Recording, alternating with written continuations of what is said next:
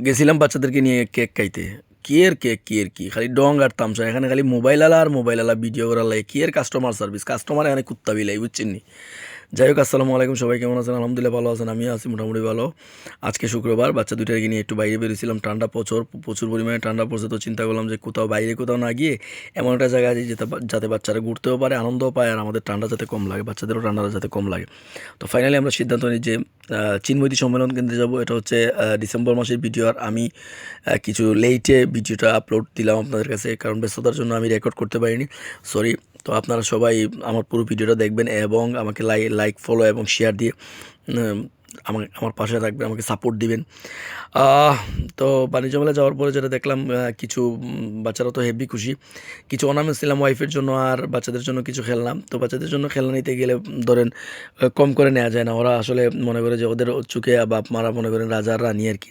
তো রাজা রানীরা বুঝে আসলে কতটা কষ্ট তাদের সংসার চালাতে। আসলে চয়রে নয় নয়রে চয় বানাইয়া যে সংসার চালান লাগে, এটা কত কী পরিমাণ কষ্টের, এটা আমরাই শুধু জানি।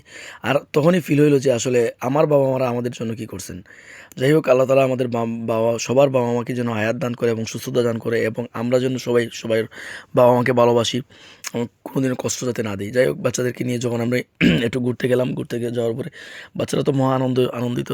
তো কিছু জায়গায় কিছু অনেকগুলো স্টল বসছে, তারপরে অনেকগুলো খেলনার দাপ বসছে। এখন তো নতুন নতুন খেলনার বেরোইছে, সবগুলোর নামও আমি ভালো করে বলতে পারি না। যাই হোক, বাচ্চারা সবগুলোতে উঠতেও চায়নি, কয়েকটা স্টলে কিছু ইনস্টল করছে, খেলছে, ওরা খুবই আনন্দিত হয়েছে। ফাইনালি যখন আমরা সিদ্ধান্ত নিলাম যে না, এখন আমরা আর বাইরে যাব, তো বাচ্চারা বলছিল যে কিছু খাবে। তো আমি চিন্তা করলাম না, বাণিজ্য মেলার ভিতরে আসলে ওইরকম স্বাস্থ্যসম্মত খাবার নাও থাকতে পারে, তাইলে এক কাজ করি, পাশে যেহেতু কেক আপির সিমিয়াপুর স্টল আছে, তাহলে আমরা ঘুরে আসি এবং ওখানে কেক খেয়ে আসবো। বাইরে ভাই আমি গেছিলাম, ওখানে গিয়া তো বিশাল বড় এক পাপ করে লাইছি।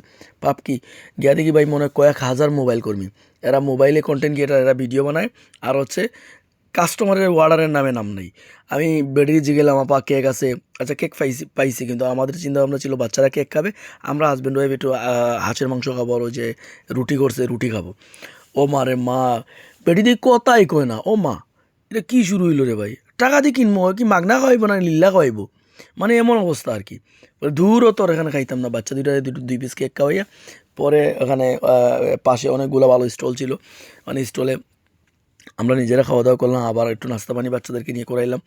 তো যাই হোক, ফাইনালি আমরা খুব অল্প সময়ের ভিতরে, একদিনের 2-3 ঘন্টার ভিতরে একটা সুন্দর একটা ট্যুর হয়ে গেছে। বাচ্চারাও খুবই আনন্দিত ছিল। আপনারাও সময় পাইলে আপনাদের বাচ্চাদেরকে নিয়ে একটু বাইরে বেরোবেন এবং ফ্যামিলিকে সময় দেওয়ার চেষ্টা করবেন। বিশেষ করে মা বাবা যদি থাকে, মা বাবাকে নিয়ে একটু বাইরে বেরোবেন। বাচ্চাদের পাশাপাশি মা বাবাকে সবাইকে নিয়ে যদি একটু বাইরে বেরোন, তাহলে তাদেরও মন ফ্রেশ হয়।